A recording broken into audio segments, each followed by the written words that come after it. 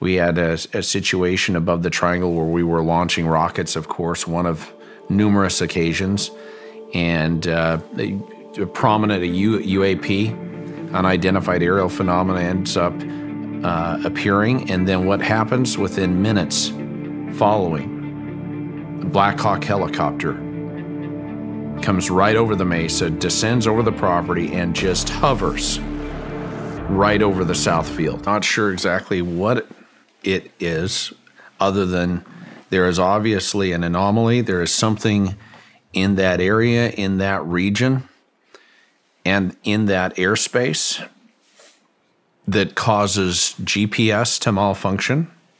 I mean, when you say GPS malfunctions, you're talking the GPS is telling you you are in one location, but you're actually in a it's not even Correct. close. Or it just completely malfunctions and does not operate. Think about it. We've had instrumented balloon, helicopter,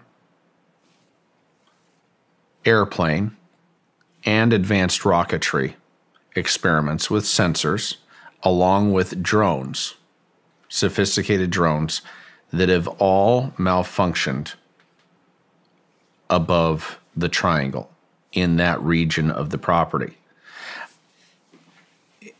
Lunasonde, who is a defense contractor, has a very sophisticated platform in looking at that area, even saw anomalies in that region of the triangle and the mesa. There have been instances where time has been manipulated, where we've seen the time itself, there's been a shift by a quarter a second, where the data ends up being altered or manipulated to a degree that is not easily explainable. I mean, it is baffling to all of the experts. Everyone who comes out to the property and sees what unfolds ends up scratching their heads. And to have the best LiDAR, photogrammetry, and other experts that continuously see these strange things occur, and occur somewhat simultaneous with UFO or UAP activity as well. I mean, we had a situation above the triangle where we were launching rockets, of course, one of numerous occasions, and a prominent UAP, unidentified aerial phenomena, ends up appearing, and then what happens within minutes following? The Black Hawk helicopter comes right over the mesa, descends over the property, and just hovers right over the south field. This isn't above the men. This is right there, low hover above the field south of Homestead 1 and the command center. This is late night, unmarked, not transponding, and as the men would describe it, I mean, it was a menacing presence on that property immediately following a UFO sighting.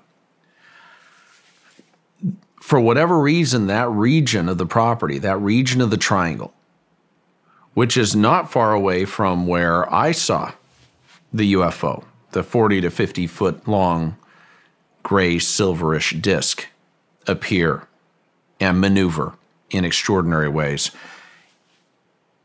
seems to be a hot spot, seems to be a center of gravity for activity within an expanse of property that is hosting a diversity of incidents and activities. So that's what I think drives a lot of our investigation and a lot of the experimental activity. Is it's the data that we continue to gather from the triangle, from the homesteads, from the mesa, that is driving us forward. How would you? So there's been a number of events that have happened through your guys' experiments within the triangle, and it sounds like the triangle. Well, it's an actual triangle on the ground, and then it seems to be some type of an invisible force field, maybe I would call it. No, that region of the property, I mean, you see kind of this triangular formation, or really the triangular roadway system that kind of comes together at that point.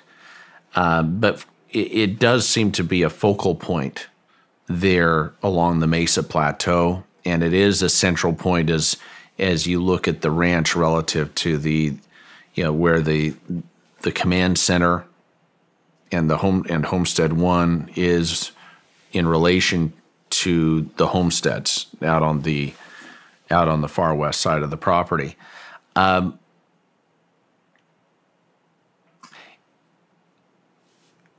The anomaly that we've seen, the people call it the blob, but this thing that they've caught on camera, and it's not just from one point of view, it's been from multiple camera points of view and different types of recording devices, different types of cameras that have recorded this thing, this anomaly, as Dr. Taylor would call it, appears to disrupt the experimental activities that occur. It deflects. We've seen rockets deflected. I mean, in that area, we launched balloons. You probably remember early in the docuseries effort, we had a professor from the University of Alabama at Huntsville that came out, who is an expert instrumented balloon experimentalist and operator. And we never recovered the primary balloon. The primary balloon they set up right above the triangle. It literally disappeared. And it disappeared right at the moment that it started registering elevated activity. When the meters started going off, all of a sudden it disappeared, and it has never been recovered. And we've searched. I mean, we've conducted exhaustive searches of the area, looked at all of the surrounding property, via the helicopter, even on the ground, and have never found a trace of where that balloon could have ended up. And wow, I didn't realize that you guys never found it. No, it seems to be that it just disappeared from 31 feet to 300 feet seems to be the but it's transient. Okay. It's not constant. I mean, it comes and goes. There's something very unpredictable in some respects, but the fact that we've had even lasers bend. You probably remember when they were conducting the experiments and actually had a laser pointed up, and the laser was documented as bending, as essentially being deflected off a space. To this day, those who have looked at that footage, looked at that data, remain just baffled by what they've recorded. Even the UFO sightings that have occurred above the triangle in tandem with some of these experimental activities not only continue, but they've been prominent. I think it's not lost on anyone that the object that was seen coming out of the base of the mesa, that large orb or whatever, unidentified aerial phenomena that exited the mesa, was not far from that region. I mean, it all is essentially interconnected. Yeah.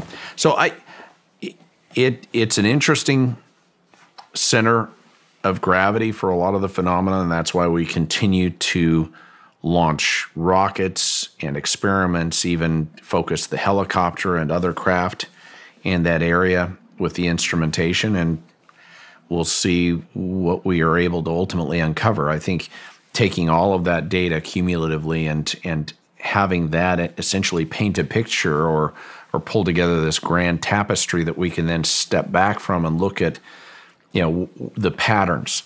One of the things we brought Omnitech on for is their artificial intelligence and machine learning capabilities. I mean, they have AI and ML patterns, or AI and ML platforms that will be able to better identify potential patterns that are occurring, that'll help us, I think, weed out, separate the signal from the noise, separate that which may be a foreign